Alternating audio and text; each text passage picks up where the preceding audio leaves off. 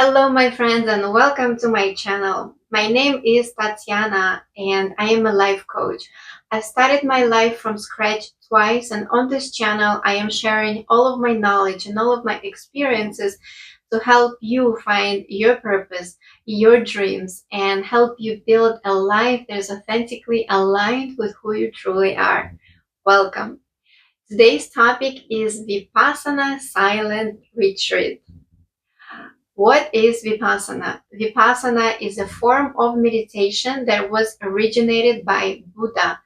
The goal of this meditation is to help you see things as they are, basically the truth of things.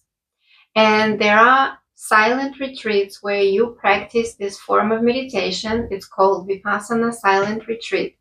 In this video, I will be sharing the best company organization to book your Vipassana silent retreat, how to prepare for it, what to expect, and see if it's for you or not. And in my next video, I will be sharing the insights that I have received, and it will be for anyone because those are just interesting, simple truths that we tend to ignore, but knowing them makes our life so much easier. So let's begin. Vipassana Silent Retreat. I went to it this February 2024 in Bali. The organization that I used is dharma.org, and I highly recommend doing it through that organization. Why?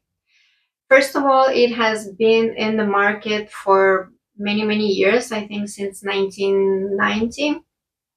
The founder of it has been practicing Vipassana since 1969. Unfortunately, he's no longer with us, but his legacy lives. Also, this organization is donation based, so you don't have to pay anything. It's only what you're willing to give, and it's also only after you have experienced Vipassana silent retreat, and hence you can make a decision how much you're willing to give so others can try it. Also, there are a lot of volunteers after having your first Vipassana silent retreat. You can come back and be there, a volunteer in the kitchen or manager, something like that, to help others experience Vipassana. And I think this is a very beautiful thing that this organization does. And it is worldwide. No matter where you are, you can apply and go. I tried to do it in New York, but it's very hard. It was very hard for me being in corporation, find 10 vacation days. So yeah, but since now I'm on my own schedule, I was able to do it finally. And I am so grateful that I was able to do it, number one, and number two, that it was at the most beautiful location ever in Bali. So if you are in Bali, do it. I think they're expanding it now, make it bigger, but make sure you register the moment they open up registration, because the seats are gone literally within 10 seconds. So I will list the name of the company below, so you can take a look when they have retreats in your location. Okay, how to prepare. One thing is research your teacher, because when you're registering, I think they give you the teacher name. I did not do it, but I got lucky with my teacher. What I've heard from other students is that their experiences were ruined by bad teacher, and a lot of students actually gave up and left in the middle of the retreat because they simply could not handle it. But with the right teacher who gives you care, support, and guides you through all of your things that you're going through at that moment, will help you stay till the end. Um, One more thing is have no expectations, because a lot of people expecting God send them messages, or heal right away, or heal their relationships, or heal their body, or something else, have crazy insights. It may happen. It happened to people. I've heard a lot of stories, but it may not happen to you. Something else might happen, but because you will be expecting something different, you may miss that. So just have an open mind. My expectation was nothing. My expectation was hopefully I'll lose some weight.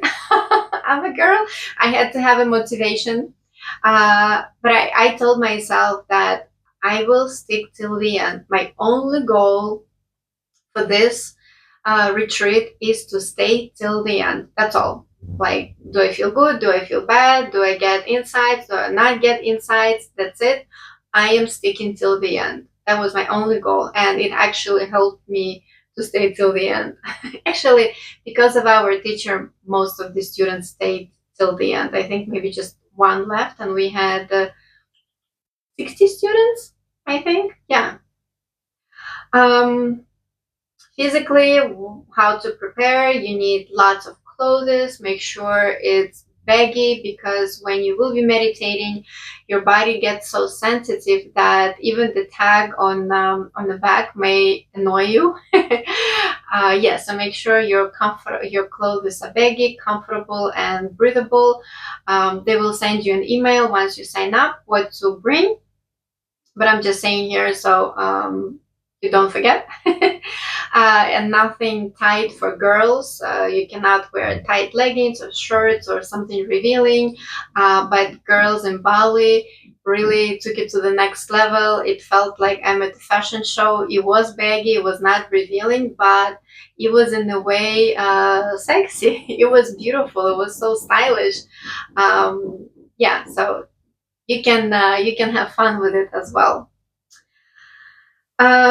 So then when you sign up, they will be asking you fill out online form. And one of my friends told me that there is a question that says that, do you practice or teach any other forms of meditation? And one of my friends said that second time when she was applying, she said yes, and they actually denied her based on that, which was very weird to me, because to me it sounded like a sect. You can only do Vipassana and not something else. Um, but Vipassana is not a sect, so I don't know why they're doing it. Maybe because it may interfere uh, with your experience of Vipassana. And I know it did a little bit with me, because I do practice a lot of different meditations, and it was hard to switch. Yeah, so if you do, but you're still willing to practice Vipassana, just say no. This is what I did. Uh, and have an open mind. But if you really stick into meditations that you practice and you have techniques, then don't do Vipassana, because you will just not enjoy it. It's something different, and you need to have an open mind. So once you arrive there, on the first day, they will take all of your pens, papers, valuables, phone. Of course, you are not allowed to use anything. It's just you with your thoughts. Um, and they take you to your room. Some places have group rooms where you will have a lot of beds. In Bali, we got lucky to have our own rooms. They were so tiny. Literally, if I will spread my arms like this, I could touch the walls, and only the bed would be fitting. I could not even open the door inside. That's how tiny it was. But the good thing is that when you open the door, you can see the jungle. It was so beautiful, and hear the birds, and not the crocodiles, the frogs. Thank God, not the crocodiles. Yeah, so it's small but comfortable and cozy, and I spent a lot of time laying there and thinking about life while I was lazy and not meditating. But I'll get into that later. So on the first day, they give you the tour. They will tell you what to expect, and then every day in the morning they will put a schedule before in front of the kitchen. Usually it looks the same every day. You wake up at 4 a.m. How your day will look. The first day was the introductory day. And we were all in the kitchen, and they gave us directions, and they told us what to expect. And it was boys and girls all together. Then in the evening, we had our first evening meditation, and that's when our silence began.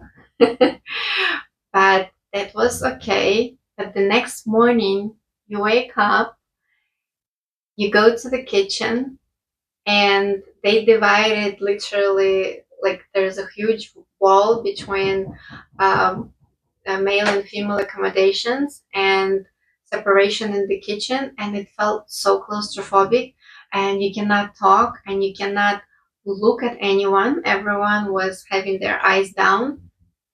And on day one I was like, darn, I have 10 more days of this. This is torture. This is so horrible. Why did I sign up for this? But it's okay, I survived. So how your day will look: at 4 a.m. they wake you up. You either go to the hall to meditate with everyone else, or you meditate in your room. I always meditated in my room. Then you go to the breakfast, you have a little break, you go for meditation again. Usually that one is mandatory. Then you have a break and you come back for another meditation in the hall. I think that one was optional. They say you can meditate in your room or in the hall. To be honest, I did not do meditation at those hours that were optional. I told myself I will do my best. I don't want to burn out, and I just want to do what works for me now. So if it was not mandatory and I did not feel like meditating, I just didn't. Guilty. And a lot of people didn't. So you have to. It's hard as it is. So you have to just adjust to whatever is working for you, so it is sustainable for 10 days. And basically all of your 10 days look the same. I think on day 9 in the evening, they allowed us to talk. And then day 10 was more like a party. We could talk and exchange experiences and ideas. And yeah, that was a party. It was fun. Also, with food, you will be given vegan food. Very delicious, by the way, at least in Bali. It was super, super great. But I've heard from many people, regardless of the location, the food is usually very delicious. The only thing is that you have lunch, I think, at 12 p.m. Then at 5, you have a snack, and they usually gave us a banana. Sometimes, if we got lucky, we got a tangerine, and one time we even got a brownie. It was woo, but usually it was a banana. Yeah, tiny one. So you're pretty hungry in the evening. I tried to have heavy lunch because when I'm hungry, I cannot sleep. And those students who were returning students, who were doing it for the second or third or so time, they were not even given a snack. I cannot call it dinner, snack. Can you imagine? So if you're going and you want to lose weight, this will be a really good incentive for you. But the funny part is that I thought I will have hard time falling asleep because I cannot fall asleep when I'm hungry. No, maybe because you're so tired from meditations, you just pass out right away. So it was not an issue at all. Um, what to expect uh, mentally?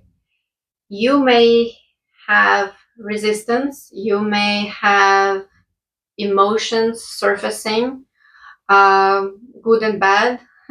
You may have physical pain. A lot of people were saying that their spine was hurting or they felt like fire. Usually it happens uh, because there are some emotions stored, and when you continually do the meditation, it helps those emotions come out. And first it comes through pain, but then there is a release. A lot of people say that they cured their back pain and leg pain, whatever pain you name it, it goes away because our emotions are stored in our body. You may find resistance. For instance, on the first day I felt, why did I sign up to do this? It felt worse than prison. I mean, I haven't been, I should not say it, but it did feel very claustrophobic. And why did I sign up for this? Day two, I felt emotional resistance.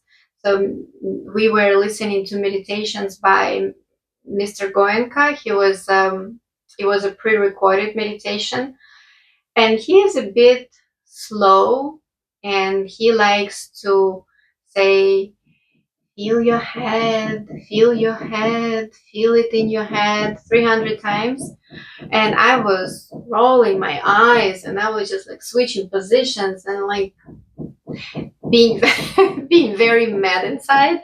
And the teacher called me and she said, Tatiana, is everything okay? And I'm like, I don't know. He pisses me off. He makes me angry. He's just annoying. And I felt uh, so bad saying it because he is my teacher. He is this amazing guy, and I feel so annoyed. I couldn't control it. And she was like, it's okay. A lot of people feel the way you do. Just, accept the feelings, accept that he annoys you, and breathe through it. And you know what? It worked. That acceptance worked for me. And on the day 10, when we were talking with students, they said, yes, they also felt very annoyed by him because he's very, very, very slow. Maybe because he's vibrating differently than us humans. Yes, and on day 5, I had super crazy emotional release. I was just crying nonstop.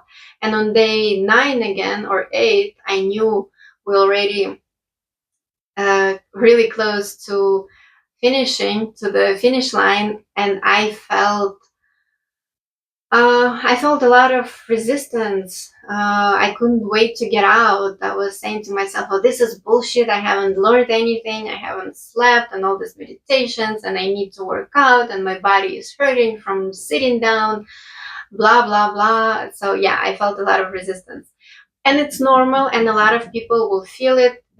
Physical pain, emotional releases, catharsis, resistance, wanting to leave. It will all happen to you, and that's okay. Remember, your only goal is to stay till the end. That's all. Now let me dive in a little bit. What is Vipassana meditation? So I think the first 3 days we just do Anapana. This is basically you sit down in a position that is comfortable for you, whether it's a lotus position or on your knees, and you concentrate on your breath and concentrate on this area, feeling your breath. That's all. Simple, but super hard. Because your mind will be racing back and forth, and your task is to come back and concentrate on this area. The first 4 days, you actually can move when you feel uncomfortable, but then I think day 5, we start practicing Vipassana, which is similar to Anapana, but you will be moving your attention from, from your hair, then your head, your eyes, basically like scanning all of your body, up to down, down to up. And some meditations will be for an hour where you're not allowed to move. And it's really hard, but it's really fascinating. They say when you're sitting in that position and something starts hurting you, just go into the pain and observe it instead of saying, oh, this hurts, this pinches, this whatever. Just sit there and observe. Observe the pain. How does it feel? What do you feel without the emotional attachment? And it passes. Imagine. It's really hard to do it. Most of the time I was in pain. I just found a comfortable position that I could stay for an hour. But a few times I managed to observe the pain in my legs, and it disappeared. And I was like, wow, what happened?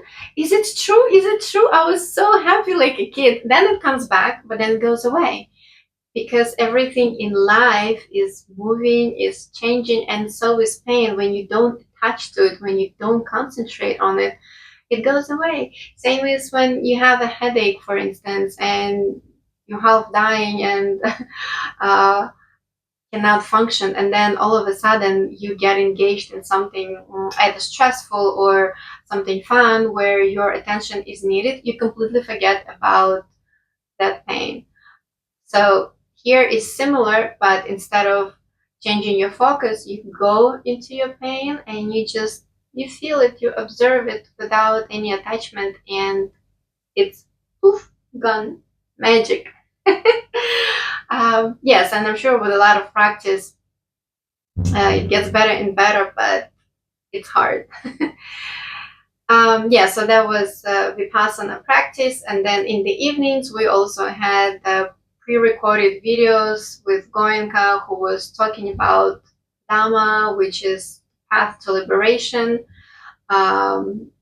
Vipassana, values, morals.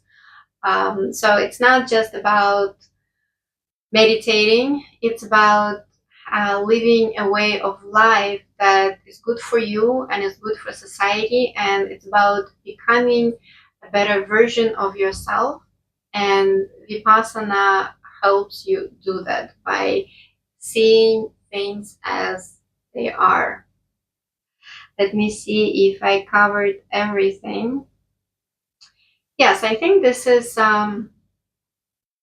that is all about my experience, what to expect, how to prepare, how your day will go.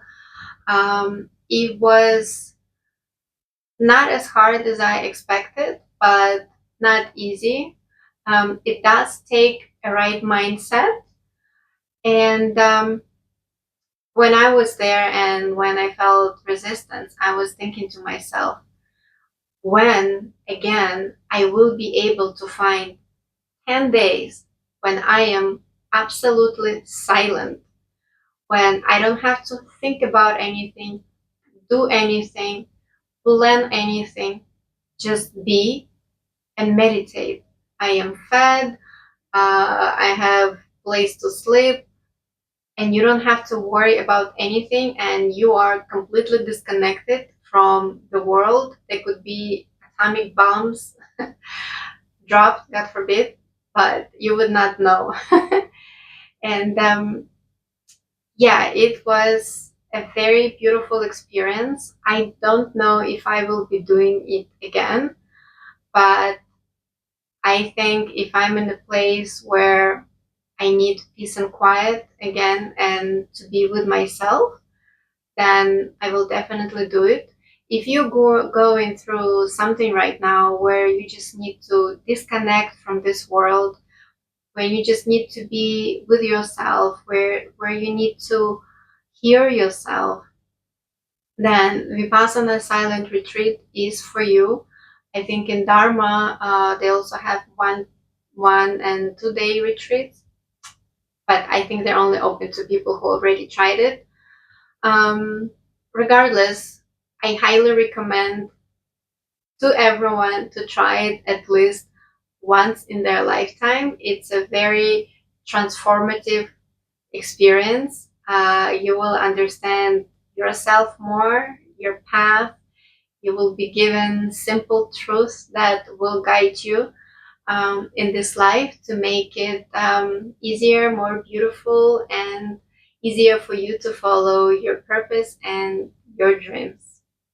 Thank you for watching. If you have any more questions, if I did not cover something, please let me know and I will be happy to give you answers. Thank you again. Love you and see you soon. Bye.